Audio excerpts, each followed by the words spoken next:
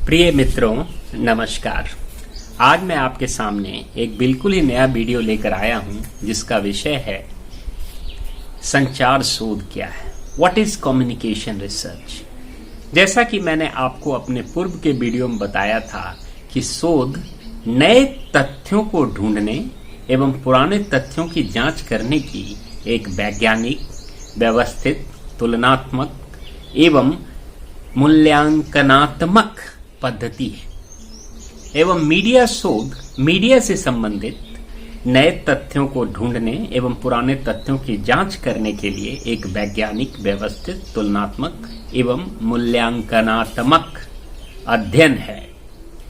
और जहां तक संचार शोध का सवाल है, तो संचार शोध संचार से संबंधित समस्याओं, चुनौतियों, मुद्दों, विषयों,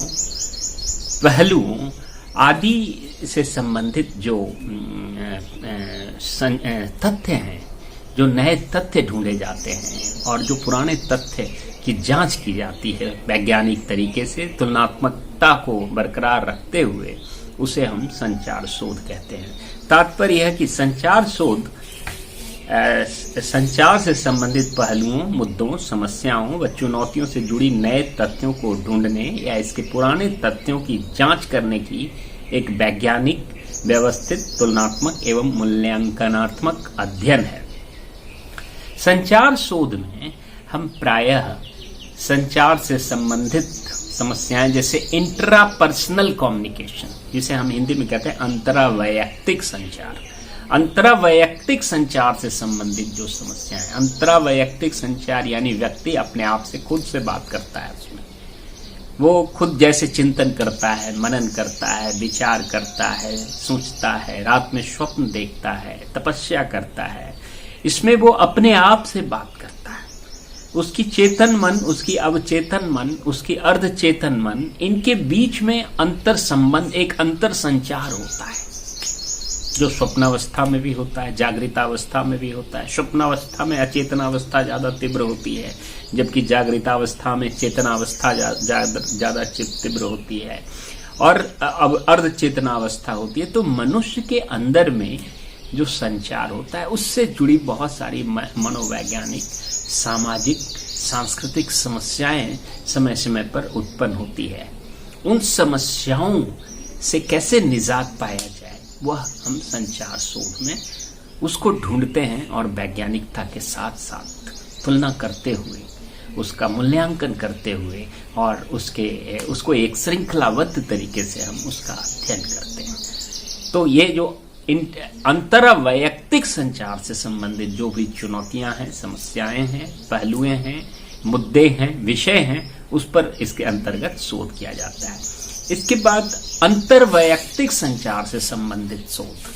जैसे अंतरवैयक्तिक संचार जैसा कि सर्वविदित है कि ये दो व्यक्तियों के बीच में यह संचार होता है। किसी दो यूनिट, दो पशु के बीच भी संचार होगा तो वो इंटरपर्सनल कम्युनिकेशन कहलाएगा। तो इंटरपर्सनल कम्युनिकेशन में दो व्यक्ति या दो यूनिट होता है और इससे संबंधित जो समस्याएं हैं, चुनौतियां हैं, जैसे फेस टू फेस कम्युनिकेशन जो होता है, वो इंटरपर्सनल कम्युनिकेशन कहलाता है। जब हम दो व्यक्ति आपस में संवाद करते हैं, पिता पुत्र के बीच में संवाद होता है, पति पत्नी के बीच संवाद होता है, पिता पुत्री के बीच संवाद होता है, माता पुत्र के बीच में, मित्र मित्र के बीच में संवाद होता है। तो दो व्यक्ति जब होता है तो उसे हम इंटरपर्सनल कम्युनिकेशन कहते हैं। इसकी भी कई चुनौतियां हैं, कई समस्याएं हैं, इससे जब संबंधित कई विषय हैं, कई मुद्दे हैं, कई पहलू हैं। उन सब के ऊपर जब हम कोई शोधात्मक कार्य करते हैं, उन सब का जब हम उन सब से जुड़ी कोई तथ्यों को या पुरानी तथ्यों की जांच जब हम वैज्ञानिक तरीके से करते हैं, तुलनात्मक तरीके से करते हैं, एक श्रृंखलाबद्ध तरीके से करते हैं और उसका मूल्यांकन करते हुए करते हैं, तो वह भी संचार शोध के अंतर्गत आता है। इसके अलावा संचार शोध में समूह संचार, जैसा कि हम जानते हैं कि समूह संचार, दो या उससे अधिक व्यक्तियों के बीच जब संचार होता है तो उसे हम समूह संचार कहते हैं। समूह संचार की अपनी कई समस्याएं, चुनौतियां, पहलुएं, विषय, मुद्दे होते हैं। समूह संचार में कई बार व्यक्ति जब बोलना चाहता है तो उसे दूसरे व्यक्ति के साथ कॉम्प्लेक्स फील होता है, वो अपने ग्रुप डिस्कशन में, ग्रुप कम्युनिकेशन में उतनी सार्थकता और उपयोगिता सिद्ध नहीं कर पाता जितना कि वो इंटरपर्सनल में या दूसरे प्रकार के संचार में कर पाता है। तो तात्पर्य यह कि जो ग्रुप है, ग्रुप से संबंधित अनेकों समस्याएं हैं और इन समस्याओं से संबंधित तथ्यों या पुराने तथ्यों की जब हम जांच करते हैं वैज्ञानिक तरीके से, तुलनात्मक तरीके से, श्रृंखलाबद्ध तरीके से एवं उसका मूल्यांकन करते हुए जब हम कोई अध्ययन करते हैं और उन समस्याओं का निराकरण ढूंढते हैं तो उसे भी संचार शोध कहते हैं। संचार शोध के अंतर्गत इसके अलावा लोक संचार, जैसे पब्लिक कम्युनिकेशन हम कहते हैं, पब्लिक कम्युनिकेशन प्रायः एक बहुत बड़े समूह, जब समूह बहुत बड़ा हो जाता है तो उसकी डाइवर्सिटी बढ़ जाती है, उसका साइज बढ़ जाता है, उसके नेचर बदल जाते हैं, उसका रूप स्वरूप बदल जाता है, तो वो एक पब्लिक कम्युनिकेशन यानी कि लोक संचार का रूप धारण कर लेता है। इसकी अनेकों समस्याएं हैं, चुनौतियां हैं, मुद्दे हैं, पहलू हैं, विषय हैं। इन सबसे संबंधित जो कोई तथ्य है या कोई पुराने तथ्य या पुराने एस्टैब्लिश्ड कोई से संबंधित सिद्धांत या मॉडल हैं, तो उनकी वर्तमान में हम जांच करने के लिए जब हम कोई वैज्ञानिक विधि अपनाते हैं, उनके वेरिएबल्स की तुलना करते हैं, उनके सब वेरिएबल्स की तुलना करते हैं, उसका एक श्रृंखलाबद्ध अध्ययन करते हैं और उसका हम मूल्यांकन करते हैं, उनके क्वालिटेटिव पहलू को जब हम क्वांटिफाई करते हैं, उसका मूल्यांकन करते हैं, उसमें आवश्यक गणित का प्रयोग, सांख्यिकी का प्रयोग करते हैं, उसकी चाहे सरल औसत पद्धति ही क्यों ना अपनाए, चाहे किसी भी प्रकार का एडवांस्ड स्टैटिस्टिकल टूल अपनाकर उसका मूल्यांकन करते हैं, तो ये सभी संचार शोध के अंतर्गत आते हैं। इसके अलावा संचार शोध में हम जन संचार शोध का भी अध्ययन करते हैं। जैसा कि हम सभी जानते हैं कि जन संचार भी संचार का ही एक रूप, संचार का ही एक अंग है, एक पार्ट, एक अभिन्न हिस्सा है। तो जन संचार, जैसा कि हम सभी जानते हैं कि इसमें बहुत ही ऑडियंस विविधता लिए होती है, बहुत बड़े आकार की ऑडियंस होती है जो आपस में स्कैटर्ड होती है, उसमें छितराव, फैलाव, बिलगाव ये दूरी पर होते हैं और काफी दूर दूर स्थित होते हैं और उसमें काफी हेट्रोजेनिटी होती है, उसको हम मास कम्युनिकेशन कहते हैं। और इतने बड़े आकार की ऑडियंस होती है कि उससे संचार करने के लिए हमें किसी टेक्नोलॉजी की जरूरत पड़ती है, उस टेक्नोलॉजी को हम मास मीडिया कहते हैं। इससे जुड़ी अनेकों समस्याएं हैं, चुनौतियां हैं, मुद्दे हैं, पहलू हैं, विषय हैं और इनसे संबंधित तथ्यों को या इनसे संबंधित जो पुरानी सिद्धांत है, मॉडल है या कोई भी तथ्य है, उसकी जब हम जांच वैज्ञानिक तरीके से करते हैं, तुलनात्मक तरीके से करते हैं, श्रृंखलाबद्ध तरीके से करते हैं और उन सब का मूल्यांकन करते हैं, तो यह भी संचार शोध के अंतर्गत ही आता है। इसके अलावा आजकल कई नए नए प्रकार के संचार उभर कर सामने आ रहे हैं, जैसे ग्रहीय संचार आज एक नया विषय है। ग्रहों के बीच संचार, जैसे चंद्रमा, सूर्य, मंगल, बुध, ये जो प्लैनेट्स हैं इनके बीच भी संचार होता है और इसका हमारे समाज पर प्रभाव पड़ता है। जैसे वर्तमान में ऐसा कहा जाता है कि मंगल और शनि मकर राशि में आ गए हैं, तो ये बहुत बड़ा एक अंगारक योग बन रहा है, ऐसा मानते हैं। तो उसके बीच क्या कम्युनिकेशन हो रहा है कि मंगल जो है वो मकर राशि में उच्च होकर के आया है और शनि अपने ही घर में आ गया, तो इन दोनों के बीच, जो मंगल और शनि के बीच